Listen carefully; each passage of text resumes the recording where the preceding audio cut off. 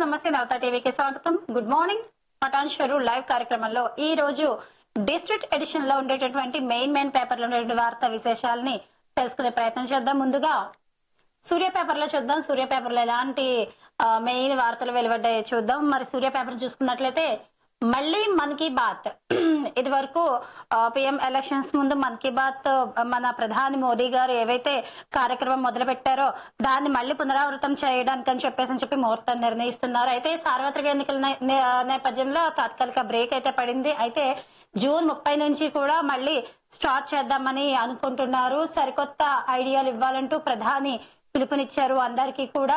అలాగే తొలి ప్రసంగం ఎలా ఉంటుందనేది సర్వత్రా ఆసక్తి నెలకొంది. ఇప్పుడు అంటే ముందు జరిగినటువంటి పిఎంఎల్ ఎంపీ ఎలక్షన్స్ వగేరా దాని దృష్ట్యా మరి బ్రేక్ అయితే పడింది కొద్ది రోజులు. మళ్ళీ జూన్ 30ని దాన్ని పునరావృతం చేద్దామని చెప్పి మరి ప్రధాని మోదీ పిలుపునిచ్చారు. దానికి సంబంధించినటువంటి ఏవైతే పనులున్నాయో అవన్నీ కూడా కసరత్తు చేస్తున్నారు. అలాగే కొత్త ఐడియాలు అంటే ఇండియా ఎలాగైతే డెవలప్మెంట్ అవ్వాలి ఏంటి అన్నది ప్రతి ఒక్కరి దగ్గర నుంచి ఒక కొత్త ఆలోచన అయితే తీసుకుందామని చెప్పి ఆయన కొత్త ఐడియాలు ఇవ్వాలని కూడా పిలుపునిచ్చారు. అయితే ఈ ప్రసంగం మీద సర్వత్రా ఆసక్తి నెలకొంది.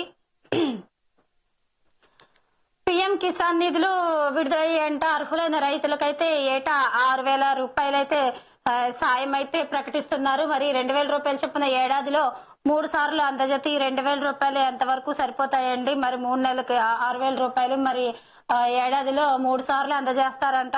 ఇది చాలా ఘోరం ఇదైతే. ఎందుకంటే 2,000 రూపాయలు ఏ విత్తనానికి సరిపోతాయి? కూలే 2,000 రూపాయలు కావట్లేదు కదా.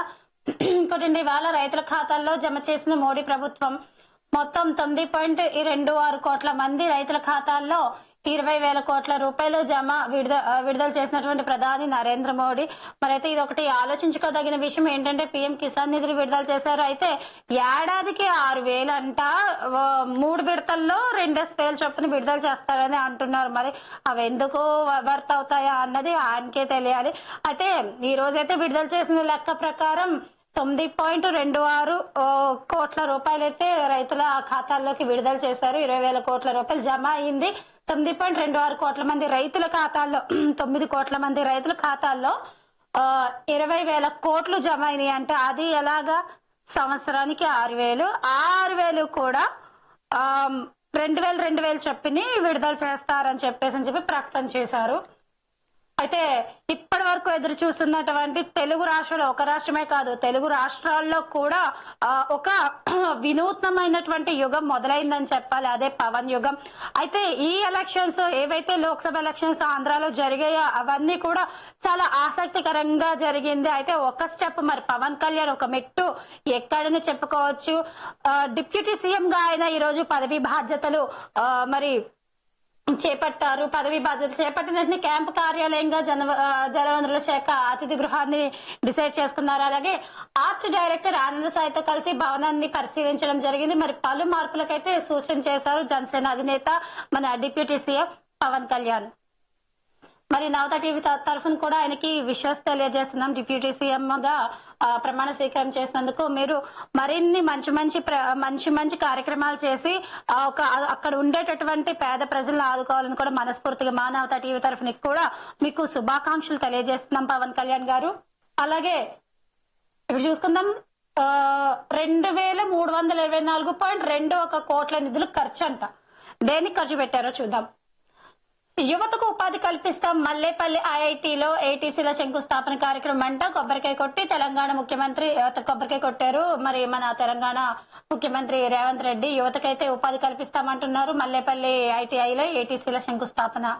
ఇంగ్లీష్ మీడియం మోజు వద్దు, ఆత్మహత్య లాంటిది. అనేక చోట్ల సుశిక్షితులైన ఉపాధ్యాయులు లేరు, అయినా ఇంగ్లీష్ మీడియం వైపు తల్లిదండ్రులు ఆకర్షితులవుతున్నారు. ఇటువంటి పరిణామం ఆత్మహత్య సదృశ్యమే. ఎన్జీఈఆర్టీ డైరెక్టర్ దినేష్ ప్రసాద్ సాక్లాని వాక్యాలు, ఈ వాక్యాలు ఏవైతే ఉన్నాయో ఇవి కొట్టి పారేయాలని చూడాలి. ఎందుకంటే ఇప్పుడు ఇక్కడ వరకు మనకి తెలుగు నడుస్తుంది. Out of states, out of countries ఏవైతే ఉన్నాయో ఐఐటీల దగ్గర నుంచి సాఫ్ట్వేర్ ఇంజనీర్స్ వరకు కూడా నడిచేది మొత్తం ఆంగ్ల భాషలోనే. కాబట్టి ఆంగ్ల భాషకి తగిన ప్రాధాన్యత ఇచ్చి అది ఎంతవరకు అవసరమో అంతవరకు విద్యార్థులను తీసుకెళ్తే అది వర్కౌట్ అవుతుంది. కంప్లీట్ గా ఇంగ్లీష్ మోజు వద్దు అనేటువంటి వాక్యాలు అయితే ఖండించదగినవి.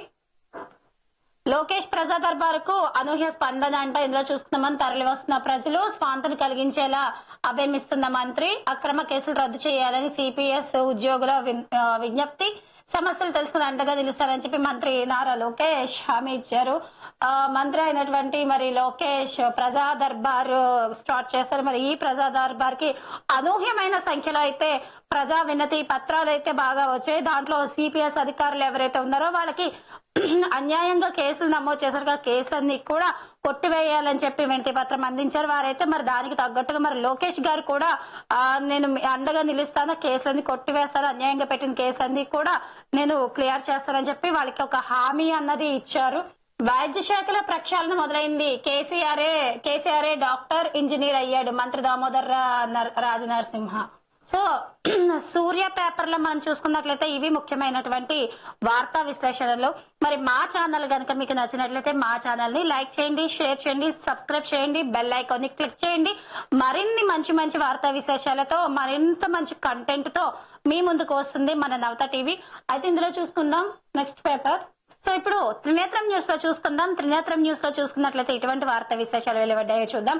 త్రినేత్రంలో మరి ఈ రాష్ట్రాల్లో వడగాళ్ళు అంటే అయితే రైనీ సీజన్ అయితే స్టార్ట్ అయిపోయింది. వర్షాకాలం తొలకరి జల్లులు అయితే ఎప్పుడో మొదలైపోయాయి. కానీ కొన్ని చోట్ల అయితే వడగళ్ల వర్షంతో కూడినటువంటి వర్షాలు వస్తున్నాయి. మరి ఆ వడగాలతో కూడినటువంటివి అయితే పలు రాష్ట్రాల్లో మాత్రం పరిస్థితి అయితే చాలా దారుణంగా ఉంది.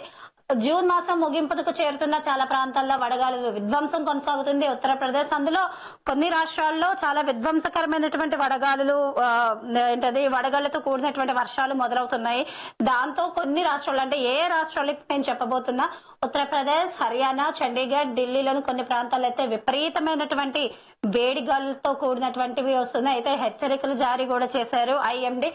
అయితే ఈ రాష్ట్రం చాలా జాగ్రత్తగా ఉండాలి. అయితే బీజేపీ అగ్రనేతల బృందంపై సొంత పార్టీ కేడర్ గరం అంట. మరి బీజేపీ కేడర్ పై అధికార టీఎంసీ శ్రేణులు వరుస దాడులు చేస్తున్నారు. మరి ఈ హింస జరుగుతున్న సమయంలో తమను రక్షించేందుకు రాష్ట్ర బీజేపీ నేతలు ఎటువంటి చర్యలు తీసుకోవట్లేదన్న ఆరోపణ. మరి ప్రత్యర్థులు తమను నివాసాల నుంచి బయటకు బలవంతంగా లాక్కెళ్తున్న సొంత పార్టీలోని నాయకులు కూడా కాపాడకపోవడం చాలా దురదృష్టకరమని చెప్తున్నారు. సచివాలయంలో తొలిసారి సిబిఎన్ పవన్ భేటీ, సరదా సంభాషణ. అయ్యా కళ అయితే ఇద్దరు కళ నెరవేరిపోయింది. పవన్ కళ్యాణ్ డిప్యూటీ సీఎం అయ్యారు. మన చంద్రబాబు నాయుడు గారు సీఎం గా పదవీ స్వీకరణ చేశారు. మరి వీళ్ళిద్దరూ కూడా సచివాలయంలో తొలిసారిగా కలిశారు. ఈ ఎన్నికల నేపథ్యంలో ఈ గరం హాట్ వేలో చాలా కూల్ గా కలిశారు. వీళ్ళిద్దరు కూడా చాలా సరదాగా కూడా మాట్లాడుకున్నారంట. అయితే మునిపెన్నడు రాని సచివాలయంలోకి అయితే ఇది వరకు ఎప్పుడు కూడా ఆయన అడుగు పెట్టలేదు. కానీ అనూహ్య రీతిలో అత్యధిక ఓట్ సెక్రటేరియట్ ఆఫీస్ లో దానికి సంబంధించినటువంటి చర్చాగోష్ఠి జరుగుతుంది. ఇప్పుడు ప్రెసెంట్ అయితే ఐఏఎస్, ఐపీఎస్ వీళ్ళందరినీ కూడా సమావేశం కానున్నారు. మంగళగిరి పార్టీ ఆఫీస్ లో కూడా ఆయన అయితే ఈ రోజు నైట్ కే అక్కడే బస చేస్తున్నారని చెప్పి తెలుస్తుంది కూడా. దీన్ని పరంగా చూసుకున్నట్లయితే మరి చంద్రబాబు నాయుడు కూడా కలిసిన వైనం కనిపిస్తుంది. ఆ చంద్రబాబు నాయుడు కలిసిన తర్వాత పార్టీకి సంబంధించినటువంటి ఏ అంశాలు అయితే తనకి క్యాడర్ అప్పచెప్పారో అటువంటి అంశాల పైన ముఖ్యమైన అధికారులతో కలిసి ప్రజెంట్ సిచ్యువేషన్ రాష్ట్రంలో ఎలా ఉందో తెలుసుకొని దానికి తగ్గట్టుగా ఆయన కార్యాచరణ మొదలు పెడతారు. అమరావతి ఆంధ్రప్రదేశ్ కు ఆర్థిక భరోసా అంట. మరి అమరావతి పలు రంగాలు గణనీయమైన అభివృద్ధిని సాధిస్తాయని చెప్పి తెలుస్తోంది. అయితే ముఖ్యంగా ఇన్ఫర్మేషన్ టెక్నాలజీ అంటే ఐటీ, టూరిజం రంగాలు అత్యధిక వృద్ధికి కృషి చేస్తారు. ఇంకోటి ఏంటంటే ప్రభుత్వ ఉద్యోగులు వారి కుటుంబాల వలసకు ఊతమిచ్చేలా సౌకర్యాలను అభివృద్ధి చేయడమే ప్రభుత్వ తక్షణ ప్రాధాన్యతమని చెప్పి నిపుణులు కూడా అభిప్రాయపడుతున్నారు. ఈ విధంగా చూసుకున్నట్లయితే అమరావతి అభివృద్ధికి అత్యధిక కృషి చేయాలని చెప్పి చాలా పట్టుదలగా ఉన్నటువంటి సిబిఎన్ నారా చంద్రబాబు నాయుడు, అలాగే డిప్యూటీ సీఎం అయినటువంటి మన పవన్ కళ్యాణ్ గారు కూడా అత్యధిక కృషి చేసి అమరావతిని ఓ గాడి ఎక్కిద్దామనే ప్రయత్నంలో కూడా ఉన్నారు. ఆల్ ది బెస్ట్ చెప్దాం మన నవత టీవీ తరఫు నుంచి కూడా. సో ఇంకొక పేపర్ చూద్దాం మనం. లోకల్లో చూసుకున్నట్లయితే తొలి అక్షరం. సో ఇప్పటి వరకు కూడా ఈ రెండు పేపర్లో ఉండేటటువంటి విశేషమైన వార్తలు చూసుకున్నారు కదా. మరి మా ఛానల్ కనుక మీకు నచ్చినట్లయితే మా నవత టీవీని లైక్ చేయండి, షేర్ చేయండి, సబ్స్క్రైబ్ చేయండి, బెల్ ఐకాన్ ని క్లిక్ చేయండి. మరింత కంటెంట్ తో మీ ముందుకు రాబోతుంది నవత టీవీ. అలాగే తొలి అక్షరం చూద్దాం. తొలి అక్షరంలో ఎటువంటి వార్తా విశేషాలు వెలువడ్డాయో తెలుసుకుందాం. సో తొలి అక్షరంలో చూసుకున్నట్లయితే ఆధునికంగా ఐటీఐలు 2324.21 కోట్ల రూపాయలతో అభివృద్ధి చేస్తామంటున్నారు. ఉన్నత సాంకేతిక కేంద్రాలుగా తీర్చిదిద్దుతాం. టాటా టెక్నాలజీ ఒప్పందం నైపుణ్యం లేని సర్టిఫికెట్లు అయితే పనికిరావన్నారు. నైపుణ్యం లేని సర్టిఫికెట్లు అంటే మనకి తెలిసింది ఒక్కొక్క దగ్గర ఇప్పుడు మనం బిఈడి ఇలాంటి సర్టిఫికెట్లు చూసుకున్నట్లయితే ఇప్పుడు బి.ఫార్మసీ సర్టిఫికెట్, బిఈడి సర్టిఫికెట్లు ఇవన్నీ కూడా వ్యాపార వాణిజ్యాల ప్రకారం కూడా అవి వేరే వాళ్ళ దగ్గర నుంచి కొనుక్కొని ఆ సర్టిఫికెట్లు వాళ్ళు యూజ్ చేసుకుంటారు. సో అలాంటివి నైపుణ్యం లేని అంటే తన సొంత టాలెంట్ తో సంపాదించుకున్నటువంటి ఏవైతే సర్టిఫికెట్లు ఉన్నాయో అవి మాత్రమే వాల్యుబుల్ అని అంటున్నారు. నైపుణ్యం లేని ఇలాంటి ఫేక్ సర్టిఫికెట్లు చల్లవని అంటున్నారు. అయితే యువతకు తగిన నైపుణ్యాలను అందిస్తామని చెప్పి ముఖ్యమంత్రి రేవంత్ రెడ్డి గారు ఈ సభలో ప్రసంగించారు. ఇందులో చూసుకున్నట్లే కేసీఆర్ అప్పుడే చెప్పాం వినలే, ఇప్పుడు అవే సమస్యలు వెంటాడుతున్నాయి. జస్టిస్ ఎల్ నరసింహారెడ్డి కమిషన్ ఎదుట విద్యుత్ రంగ నిపుణులు రఘు వివరణ, రాజ్యాంగ వ్యవస్థను ధ్వంసం చేశారని చెప్పి కోదండరాం గారు అయితే మండిపడ్డారు. అటు వర్షాలు ఇటు వడగాల్పులు. రాష్ట్రంలో భిన్న వాతావరణ పరిస్థితులు, ఉష్ణతాపానికి పశ్చిమ గాలులే కారణం. స్తబ్దుగా నైరుతి రుతుపవనాలు 4 రోజుల్లో కదలిక వచ్చి రాష్ట్రంలో మరింతగా విస్తరించే అవకాశాలు. వచ్చే 2 రోజులు కూడా వానలతో పాటు ఉక్కపోత. అయితే మనం చూసుకుంటున్నాం రాష్ట్రంలో చాలా భిన్నమైనటువంటి క్లైమేట్ అయితే క్రియేట్ అయింది. ఒక రోజు వర్షం పడితే ఒక రోజు ఎండ, ఒక రోజు వడగాలతో కూడినటువంటి వర్షం పడితే ఇంకొక రోజు ఏంటంటే ఉక్కపోత, చెమటకారెంత ఉక్కపోత. ఇంకొక 2 రోజులు కూడా రాష్ట్రంలో ఇదే వాతావరణ పరిస్థితి నెలకొనే అవకాశం ఉంది. నీట్ ప్రవేశ పరీక్షను తక్షణమే రద్దు చేయాలంట, ఎన్డీఏను రద్దు చేయాలి. నీట్ ప్రవేశ పరీక్ష పేపర్ లీకేజ్ దోషులను తక్షణమే శిక్షించాలని అంటున్నారు. అలాగే నీట్ ప్రవేశ పరీక్షలు చెప్పి ఏవైతే ఉన్నాయో తక్షణమే రద్దు చేసి మళ్లీ ప్రవేశ పరీక్ష నిర్వహించాలని చెప్పి 24 లక్షల మంది విద్యార్థులు న్యాయం చేయాలని కోరుతూ విద్యార్థి యువజన సంఘాల ఆధ్వర్యంలో తొర్రూరు పట్టణంలో విలేకరుల సమావేశం అయితే ఏర్పాటు చేయడం జరిగింది. మంత్రులు బైపాస్. అధికారుల పోస్టింగుల్లోనూ అదే తీరు. మంత్రుల జాబితాలు బుట్టదాఖలు, సొంత జిల్లాల్లోని అధికారుల మార్పులు, జీవోలు చూసి అవాక్కవుతున్న మంత్రులు.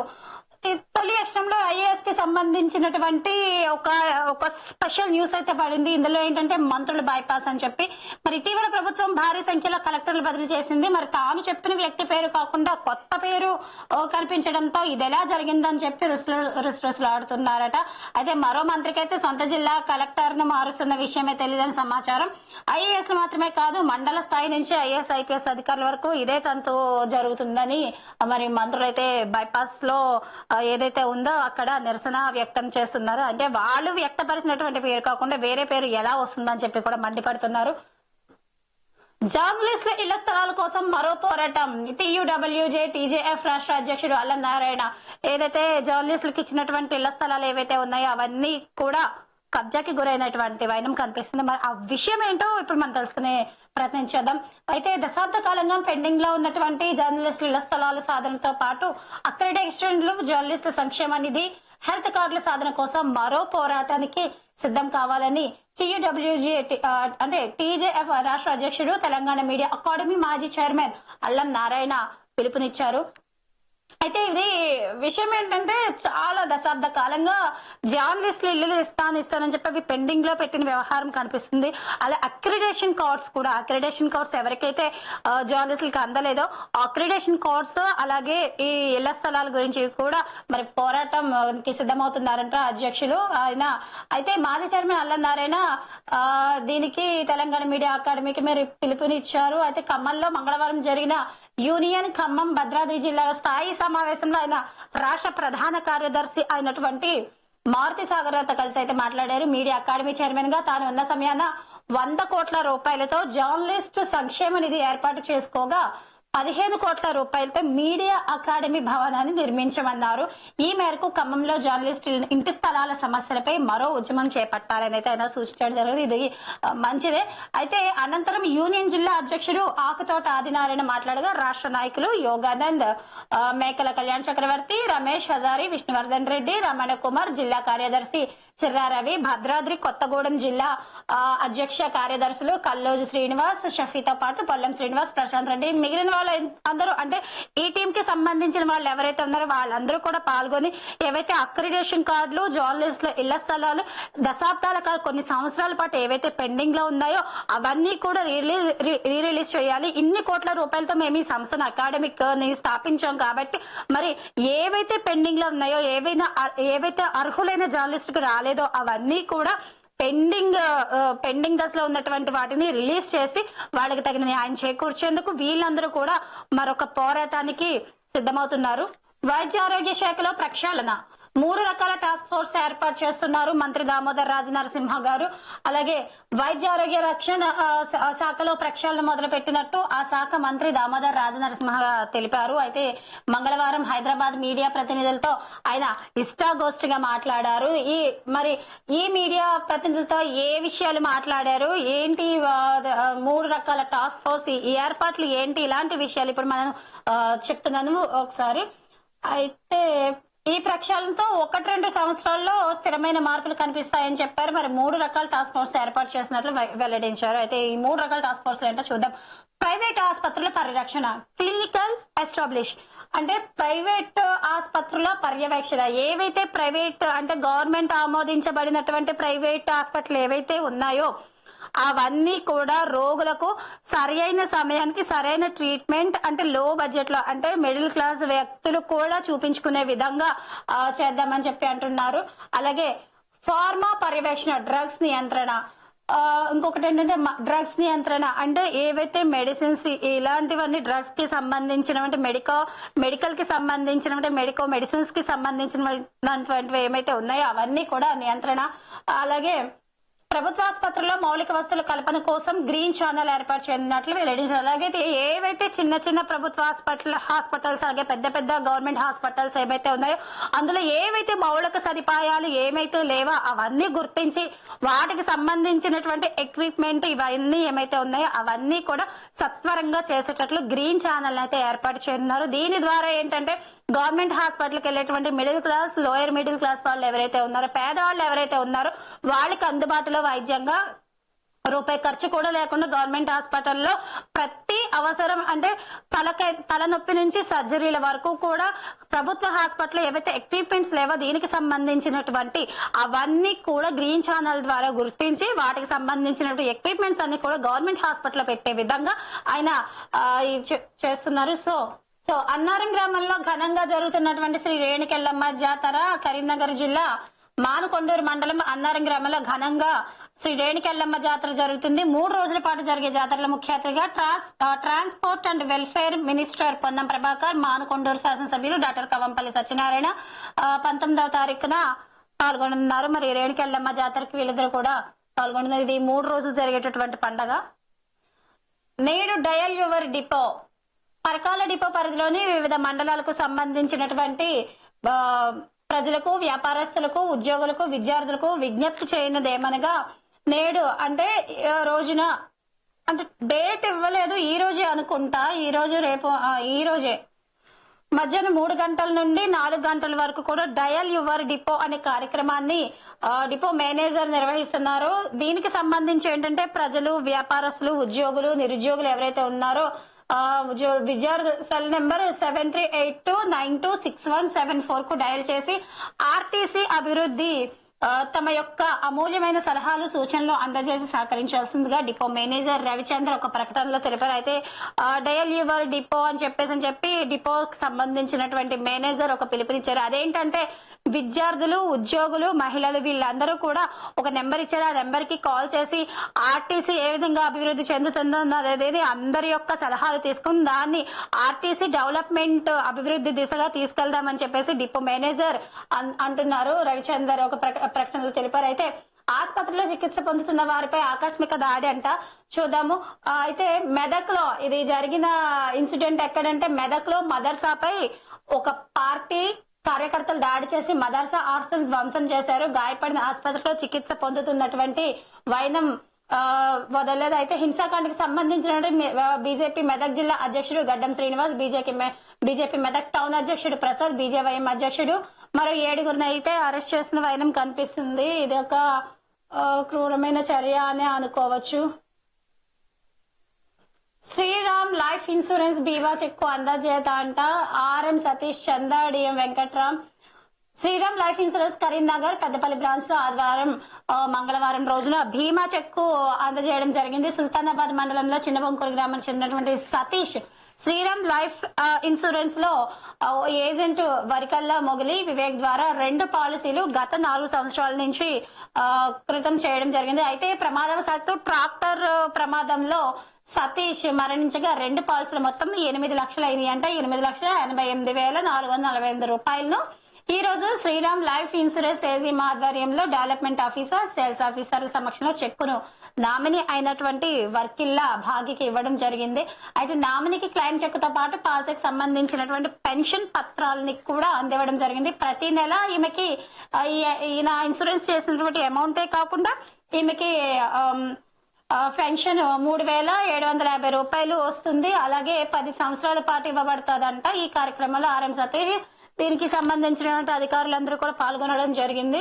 విద్యారంగ సమస్య పరిష్కరించాలని ఎస్ఎఫ్ఐ ఆధ్వర్యంలో డిఈఓకి వినతి. మరి పరకాల పట్టణ కేంద్రంలో ఉన్నటువంటి ప్రభుత్వ పాఠశాలలో నెలకొన్నటువంటి ఏవైతే సమస్యలు ఉన్నాయో కూడా అవన్నీ పరిష్కరించాలని చెప్పి ఎస్ఐఎఫ్ హన్మకొండ జిల్లా ఉపాధ్యక్షులు బొచ్చు కళ్యాణ్ అన్నారు. అయితే మంగళవారం రోజున హన్మకొండలోని జిల్లా విద్యాశాఖ అధికారికి వినతి పత్రం సమర్పించారు. ఈ సందర్భంగా వారు మాట్లాడుతూ పరకాల పట్టణాల్లో ఏవైతే ప్రభుత్వ పాఠశాలలు ఉన్నాయో వాటికి సంబంధించి ఏంటంటే చదువుకునే విద్యార్థులకి సరైన మౌలిక సదుపాయాలు లేక తీవ్రమైన ఇబ్బందులకు గురయ్యారు.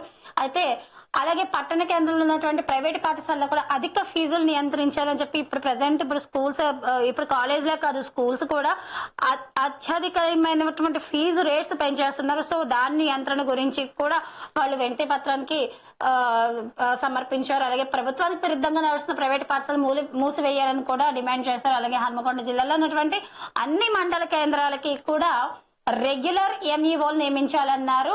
ఎస్ఐఎఫ్ నాయకులు రాకేష్ సందీప్ కూడా ఈ కార్యక్రమంలో పాల్గొన్నారు. ఇప్పటి వరకు చూస్తున్నాం కదా మరి తొలి అక్షరంలో ఉన్నటువంటి వార్తా విశేషాలని.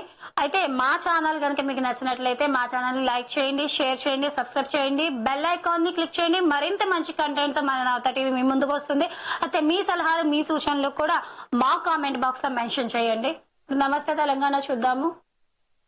నమస్తే తెలంగాణలో ఎటువంటి వార్తా విశేషాలు వెలువడ్డాయి చూద్దాం. మరి నమస్తే తెలంగాణలో యోగా దినోత్సవం పోస్టర్ ఆవిష్కరణ అంట. మరి సిద్దిపేట ప్రభుత్వ పాలకుల కళాశాలలో స్టేడియంలో ఈ నెల 21 నిర్వహించే అంతర్జాతీయ యోగా దినోత్సవం పోస్టర్ అంటే ఎమ్మెల్యే తన్నీర్ హరీష్ రావు అలాగే కలెక్టర్ మను చౌదరి మంగళవారం కలెక్టరేట్ లో ఆవిష్కరించి శుభాకాంక్షలు తెలిపారు. అయితే యోగా సంస్థలు, సేవా సంస్థలు, ప్రభుత్వ ప్రైవేట్ పాఠశాల అధికారులు, ప్రజాప్రతినిధులు కూడా దీంట్లో భారీ సంఖ్యలో పాల్గొని దశాబ్ది యోగా ఉత్సవాన్ని అయితే విజయవంతం చేయాలని చెప్పి పిలుపునిచ్చారు.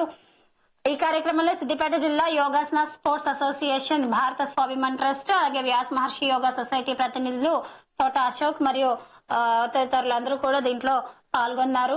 అవ్వాతాతల ఎదురుచూపు 2 నెలలుగా పింఛన్ చెల్లించని రేవంత్ సర్కార్ మార్పు మొదలైంది అన్నారు. మార్పు నిజంగానే మొదలైంది, అది మంచో చెడో ఎవరికి తెలియదు. కాబట్టి ఇందులో ఏంటంటే ఒక మార్పు అయితే మొదలైంది. 2 నెలలుగా అయితే అవ్వాతాతలకి అయితే పెన్షన్ అందజేయట్లేదంట రేవంత్ సర్కారు. అక్కడక్కడ ఏప్రిల్ నెల పింఛన్లు పంపిణీ పింఛన్ కోసం బ్యాంకుల చుట్టూ ప్రదర్శనలు చేస్తున్నారు. ఉమ్మడి మెదక్ జిల్లాలో అయితే దాదాపుగా 4,69,575 మంది పింఛన్దారులు ఉన్నారు. ఆసరా పింఛన్దారులు. కేసీఆర్ ప్రభుత్వంలో ప్రతి నెల అందిన పింఛన్ కాంగ్రెస్ ప్రభుత్వంలో లబ్ధిదారులకు తప్పని తెప్పలు. రేవంత్ ప్రభుత్వంలో అన్ని ఎదురుచూపులే, తక్షణమే బకాయిలు చెల్లించని పింఛన్దారులు ఆదుకోవాలని చెప్పి అంటున్నారు. మరి అర్థమవుతుంది కదా మార్పు మొదలైంది. ఇంతకు మించి నేను కూడా ఏం ఎక్స్ప్లెయిన్ చేయలేను. పింఛన్ అందలేదు. అయితే తన్నీర్ హరీష్ రావు అయితే ఒక స్టేట్మెంట్ ఇచ్చారు. ఏంటో చూద్దాం. పింఛన్ ఇవ్వడానికి ఆపసోపాలు పడుతున్న ప్రభుత్వం అని అన్నారు. మరి ఉమ్మడి జిల్లాలోని పింఛన్దారులు డబ్బుల కోసం ఎదురు చూస్తున్నారు. మరి ఇంతవరకు పింఛన్ డబ్బులు బ్యాంక్ ఖాతాలో పడకపోవడంతో తీవ్ర ఇబ్బందులకు గురవుతున్నారు. కాంగ్రెస్ ప్రభుత్వం వచ్చాక అన్ని వర్గాల వారికి కూడా ఎదురు చూపులే మిగిలాయని కూడా స్టేట్మెంట్ ఇస్తున్నారు. మరి పింఛన్ డబ్బులు వస్తే వారికి కావాల్సిన వస్తువులు, మందుతరు తదితర అవసరాలు, చిన్న చిన్న అవసరాలన్నీ కూడా మరి పింఛన్ డబ్బులతోనే వస్తాయి. కాబట్టి ఎందుకంటే ఏజ్ ఉన్నంత వరకు కూడా తల్లి తండ్రి సంపాదిస్తారు, పిల్లలు పెద్ద వాళ్ళ ఏజ్ అయిపోయినాక మరి ఆ పిల్లలు ఇస్తారో ఎవరో తెలియదు. గవర్నమెంట్ నుంచి వచ్చేటటువంటి పెన్షన్ డబ్బులే వాళ్ళకి ఆసరాగా ఉంటున్నాయి, చిన్న చిన్న ఖర్చులు ఉంటున్నాయి. కాబట్టి మరి 2 నెలల నుంచి కూడా మరి ప్రభుత్వ సర్కారు మరి పింఛన్ ఇవ్వలేదని చెప్పి స్టేట్మెంట్ ఇచ్చారు. మరి అయితే ఆసరా పింఛన్దారులు మరి ఇందులో చూసుకుంటున్నా మరి ఎంతమంది పింఛన్ గురించి పడిగాపులు కాస్తున్నారు అన్నది. 200 రూపాయలు పింఛను 2000 రూపాయలు చేసిన కేసీఆర్. అయితే అమాత్యులారా జర ఆలకించండి అని అంటున్నారు. మరి చూద్దాం. మెట్ట ప్రాంతమైన అన్ని రంగాలు అభివృద్ధి చేస్తారని ఆశపడుతున్నా 2 మంత్రులతో నాకు కొండంత బలం వచ్చింది. మెడికల్ కళాశాల రైలు కూత వినాలని ఆస్తో ఉన్న ఆదర్శ నియోజకవర్గంగా తీర్చిదిద్దుతానని నమ్ముతున్న కేంద్ర మంత్రి బండి సంజయ్, రాష్ట్ర మంత్రి పొన్నం ప్రభాకర్ కు హుస్నాబాద్ నియోజకవర్గం మొర. చూసుకుందాం. ఇందులో ఎంపీ రఘునందన్ రావు విలేకరులతో మాట్లాడుతున్నారు. ఒక వర్గానికి కొమ్ము కాస్తే సహించమని చెప్పి అంటున్నారు. ఒక వర్గం అంటే వాళ్ళ పార్టీకి వాళ్లే సహకరించుకోవడం అని మనం అనుకోవచ్చు. అయితే మెదక్ అర్బన్ జూన్ 18 మెదక్ లో 2 వర్గాల మధ్య జరిగిన ఘర్షణలో మొన్న ఏదైతే ఘర్షణ జరిగిందో ఆ ఘర్షణకు సంబంధించి పోలీస్ ఒక వర్గం పైన చర్యలు తీసుకోవడం మంచిది కాదని, చట్టం ముందు అందరూ సమానులేనని మెదక్ ఎంపీ రఘునందన్ రావు అన్నారు. అయితే బక్రీద్ కు ముందు రోజు మెదక్ పట్టణంలో జరిగిన ఘటనలో అరెస్ట్ అయ్యి మెదక్ సబ్ జైల్లో ఉన్నటువంటి ఒక వర్గం వారిని బీజేపీ నాయకులు ములాఖాత్ ద్వారా మంగళవారం కలిశారు. అనంతరం విలేకరుల సమావేశంలో ఎంపీ రఘునందన్ రావు మాట్లాడుతూ మెదక్ లో జరిగినటువంటి ఘటనలో నిర్లక్ష్యం వహించిన పోలీసులను సస్పెండ్ చేయాలని కూడా డిమాండ్ చేశారు. మరి ఈ ఉదయం 11 గంటలకు పోలీస్ స్టేషన్ కి వచ్చి ఫిర్యాదు చేసి అలర్ట్ చేసిన పోలీసు సరిగ్గా స్పందించలేదన్నారు. అచేతనావస్థలో పోలీస్ శాఖ ఉండిపోయిందని విమర్శించారు. మరి ఈ ఘటనలో పోలీసులు ఒక వర్గాన్ని కొమ్ము కాస్త సహించేది లేదన్నారు. చట్ట ప్రకారం న్యాయ ప్రకారం చర్యలు తీసుకోవాలని పోలీస్ శాఖకు ఎంపీ సూచించారు. అనంతరం మెదక్ ఎస్పీని కలిసి జరిగినటువంటి ఘటనలపై అయితే పోలీసులు ఫిర్యాదు చేశారు. ఒక వర్గం అంటే మరి అది ముస్లిం వర్గం అని నాకు అవసరం, అంటే పేరైతే నేను మెన్షన్ చేయట్లేదు, ఏ వర్గమే కాదు, అటు ప్రభుత్వానికి సహకరించవచ్చు. కాకపోతే ఏంటంటే 2 చేతులు కలిస్తేనే చప్పుడు అన్నట్లు చప్పట్లు అన్నట్టు మరి ఏదైతే మరి బక్రీద్ ముందు రోజు ఏదైతే మెదక్లో ఘర్షణ జరిగిందో ఆ జరిగినటువంటి ఘర్షణలో పోలీసులు అయితే ఏకపాత్రాభినయం చేశారని చెప్పుకోవచ్చు. అంటే ఒక వర్గానికి కొమ్ము కాశారు. పోలీస్ వ్యవస్థ అచేతనావస్థలో ఉంది, అది ఇంకా మేలుకోలేదు. మీరు ఒక వర్గానికి కాపు కాయొద్దు. ఈ 2 వర్గాలని ఇద్దరిది తప్పుంటే ఇద్దరిది శిక్షించండి, ఒక వర్గానికి మీరు సపోర్ట్ చేయొద్దు. పోలీసులు ఇలా బిహేవ్ చేస్తే రేపు రాష్ట్రంలో ప్రజల పరిస్థితి, ప్రజల శాంతి భద్రతలకి లోటు కావస్తుందని చెప్పి మరి ఎంపీ రఘునందన్ రావు చెప్పారు. అయితే నిన్న జరిగినటువంటి మెదక్ ఘటనలో జరిగినటువంటి ఘర్షణకి 27 మందిని అయితే అరెస్ట్ చేశారని చెప్పి మంగళవారం ఎస్పీ డాక్టర్ బాలస్వామి మంగళవారం తెలిపారు. కోటి విలువైన ఆల్ఫాజోలం పట్టివేతంట తయారీ కేంద్రంపై టీజీ న్యాప్ పోలీసులు దాటి కొత్తపల్లిలో వివరాలు వెల్లడించిన సంగారెడ్డి ఎస్పీ రూపేష్. సంగారెడ్డి జిల్లాలో గుమ్మిడిదల మండలం కొత్తపల్లి గ్రామ శివారులో సర్వే నంబర్ 170/28 స్థలంలోని కోళ్ల ఫారంలో గుట్టు చప్పుడు కాకుండా తయారు చేస్తున్నటువంటి ఆల్ఫాజోలాని టీజీ న్యాబ్ అధికారులు పోలీసులు పట్టుకున్నారు. ఈ పట్టుకున్న 2.6 కిలోల ఆల్ఫాజోలం విలువ సుమారు ₹1,00,00,000 ఉంటుందని అంచనా వేస్తున్నారు పోలీసులు. అయితే 4 వ్యక్తులు ఈ తతంగాన్ని నడిపిస్తుండగా అందులో 2 పోలీసులు పట్టుకున్నారు. అయితే సంగారెడ్డి ఎస్పీ చెన్నూరు రూపేష్ మంగళవారం ఘటనా స్థలంలో మీడియాకు అయితే ఇలాంటి వివరాలన్నీ వెల్లడించారు. అయితే మంగళవారం టీజీ న్యాబ్ సంగారెడ్డి జిల్లా పోలీసులు సంయుక్తంగా కొత్తపల్లి గ్రామ శివారులోని 174/28 స్థలంలో కోళ్ల ఫారంలో తయారీ కేంద్రంలో ₹1,00,00,000 విలువైనటువంటి ఆల్ఫాజోలం, వాటి తయారీ ముడి పదార్థాలు కూడా పట్టుకుంది. ఇంతపాటి యంత్రాలను కూడా సీజ్ చేశారు.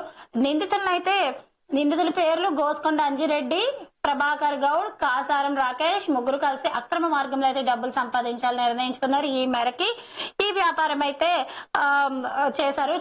చేసిన వెంటనే మరి పోలీసులకి తెలిపిన వివరాల ప్రకారం పోలీసులు ఆ స్థలంలోకి వెళ్లి వాళ్ళని అరెస్ట్ చేయడం జరిగింది. అది పరిస్థితి కూడా ₹1,00,00,000 విలువైనటువంటి పదార్థం అయితే అది. భవనాల నిర్మాణం వేగంగా పూర్తి చేయాలని చెప్పి అంటున్నారు. అనంతరం సంగారెడ్డి కలెక్టర్ వల్లూరు క్రాంతి బాలరక్ష వృద్ధాశ్రమ భవనాల పరిశీలన చేశారు.